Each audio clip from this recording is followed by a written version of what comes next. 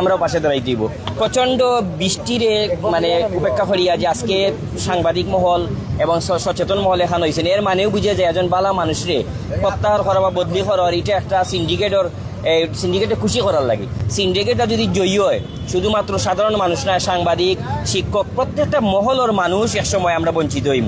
DC সারওয়াল Alam শুরু থেকে এখন পর্যন্ত যতটা পদক্ষেপ নিছেন সবগুলা জনগণ খুশি আছিল, মানেও জনগণের ডিসি।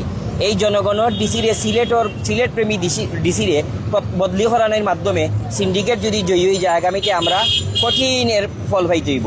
আপনারা দেখছেন, এর আগেও আমি কইছি যে অন্যান্য বাংলাদেশে দেখি বিভিন্ন সচিব হল বা পুলিশের আইজিপি এরারে যোগ্যতার কারণেও অভিজ্ঞতার কারণেও চুক্তির পরেও রাখা হয়, হেনে রাখা হয় এনের অভিজ্ঞতা কাজে লাগানির লাগে। কিন্তু একজন অভিজ্ঞ মানুষের চুক্তির মেয়াদর আগে বিদায় করা হয়ে যায় সিন্ডিকেটে খুশি করার লাগে। আমরা তীব্র নিন্দা প্রতিবাদ জানাই সিলেটবাসী সব বাংলাদেশের থাকি ব্যতিক্রম, সব অন্যান্য মানুষের থাকি, কারণ আমরা সততায় বিশ্বাসী, বেশিরভাগ মানুষও আমরা সততায় বিশ্বাসী থাকি। আমরা এইরকম সৎ এবং সিলেট প্রেমী, সিলেট বান্ধব ডিসিরে আবার ফিরাইয়া দেওয়ার লাগি, এই বদলি করার প্রত্যাহার করার লাগে অনুরোধ করলাম।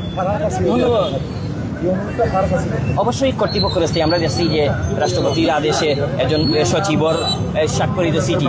তো আমার কাছে মনে হইল যারা আদেশ দেয় এরা কিন্তু আদেশ দিবার আগে খবর রাখেন না, তার মানে প্রশাসন জনবান্ধব নাই।